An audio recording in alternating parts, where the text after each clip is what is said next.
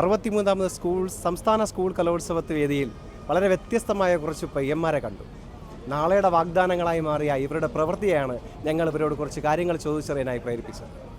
ചവർ നിക്ഷേപിച്ച കൃത്യമായി വേസ്റ്റ് ബിന്നിൽ ചവറിടാതെ പോയ ആളുകളെ വിളിച്ചു നിർത്തി വാൺ ചെയ്യുന്ന ഒരു പ്രവൃത്തി ഇവരിൽ കണ്ടതുകൊണ്ടാണ്, ആ സന്ദേശം ജനങ്ങളിൽ എത്തണമെന്നുള്ള ആഗ്രഹമുള്ളതുകൊണ്ടാണ് ഇവരോട് കുറച്ച് കാര്യങ്ങൾ ചോദിച്ചറിയാൻ ഞങ്ങൾ ശ്രമിക്കുന്നത്.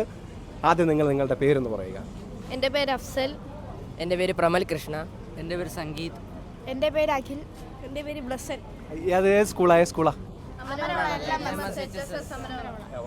അപ്പോൾ നിങ്ങളിവിടെ ഞങ്ങളിങ്ങനെ വരുന്ന സമയത്ത് ഒരു പ്രവൃത്തി ഉണ്ടായിരുന്നു.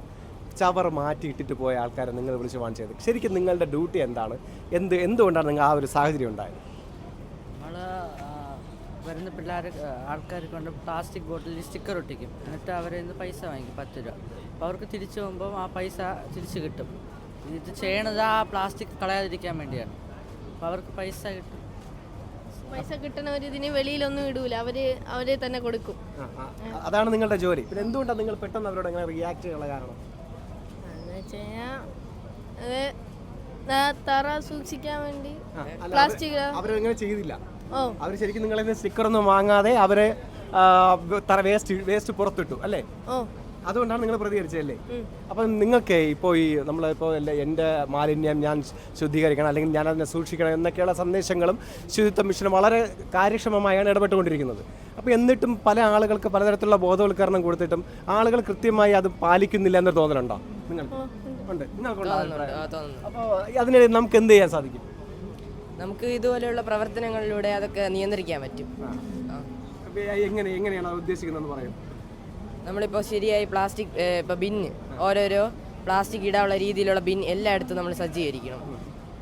പിന്നെ ഇതുപോലെ നമുക്ക് ഡ്യൂട്ടി വരും, നമുക്ക് എങ്ങനെയാണ് ചെയ്യേണ്ടതെന്നൊക്കെ പറയും. ഇതുപോലുള്ള സ്ഥലങ്ങളിൽ ഇവർക്ക് പ്ലാസ്റ്റിക് എവിടെ ഇടയെന്നൊന്നും അറിഞ്ഞുകൂടാ.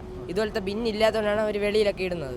അതുകൊണ്ട് ഈ ബിന്നുകളൊക്കെ സജ്ജീകരിച്ചാൽ കറക്റ്റ് എല്ലാവരും അതിൽ തന്നെ ഇടുമെന്നാണ് എൻ്റെ വിശ്വാസം. പക്ഷേ അങ്ങനെയല്ലല്ലോ. പ്ലാസ്റ്റിക് ബിന്ന് ഇവിടെ വെച്ചിട്ടുണ്ടായിരുന്നിട്ടും അതിൻ്റെ തൊട്ടിപ്പുറത്ത് ഇട്ടിട്ട് പോലും അകത്തിടാൻ വേണ്ടിയിട്ട് ആളുകൾ തയ്യാറായില്ല. അപ്പോൾ അങ്ങനെയുള്ള ആളുകളോട് എന്താണ് പറയാനുള്ളത്?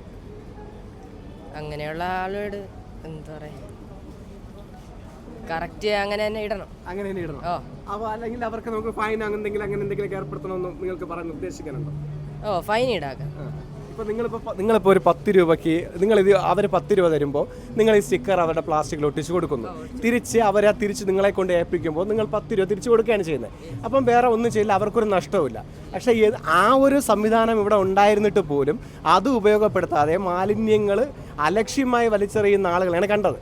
അപ്പോൾ അങ്ങനെയുള്ള അലക്ഷ്യമായി വലിച്ചെറിയുന്നവർക്ക് തക്കതായ ശിക്ഷ കൊടുത്താൽ എന്നാൽ മാത്രമേ ഇവിടെ മാലിന്യ പരിപാലനം നടക്കുകയുള്ളൂ എന്ന് നിങ്ങൾ പറയുന്നത്. നിങ്ങൾ ഭാവി തലമുറ ആയതുകൊണ്ടാണ് ചോദിക്കുന്നത്. വളരെ ആക്റ്റീവായിട്ടുള്ള മറുപടിയാണ് പ്രതീക്ഷിക്കുന്നത്. അങ്ങനെയാണോ? നല്ല ശിക്ഷ കൊടുക്കണമെന്നാണ് പറയുന്നത്.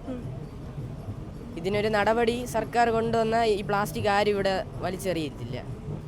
അപ്പം നല്ല ശക്തമായ ഒരു തീരുമാനം സർക്കാരിൻ്റെ ഭാഗത്തു നിന്നുള്ള നല്ല ശക്തമായ തീരുമാനമുണ്ടെങ്കിൽ ഈ ഭാവിയുടെ വാഗ്ദാനങ്ങൾ പറയുന്നതനുസരിച്ച് ഇവിടെ മാലിന്യങ്ങൾ അലക്ഷ്യമായി വലിച്ചെറിയുകയില്ല എന്ന കാര്യത്തിൽ തർക്കമില്ല എന്നാണ് ഇവർ പറഞ്ഞു വയ്ക്കുന്നത്.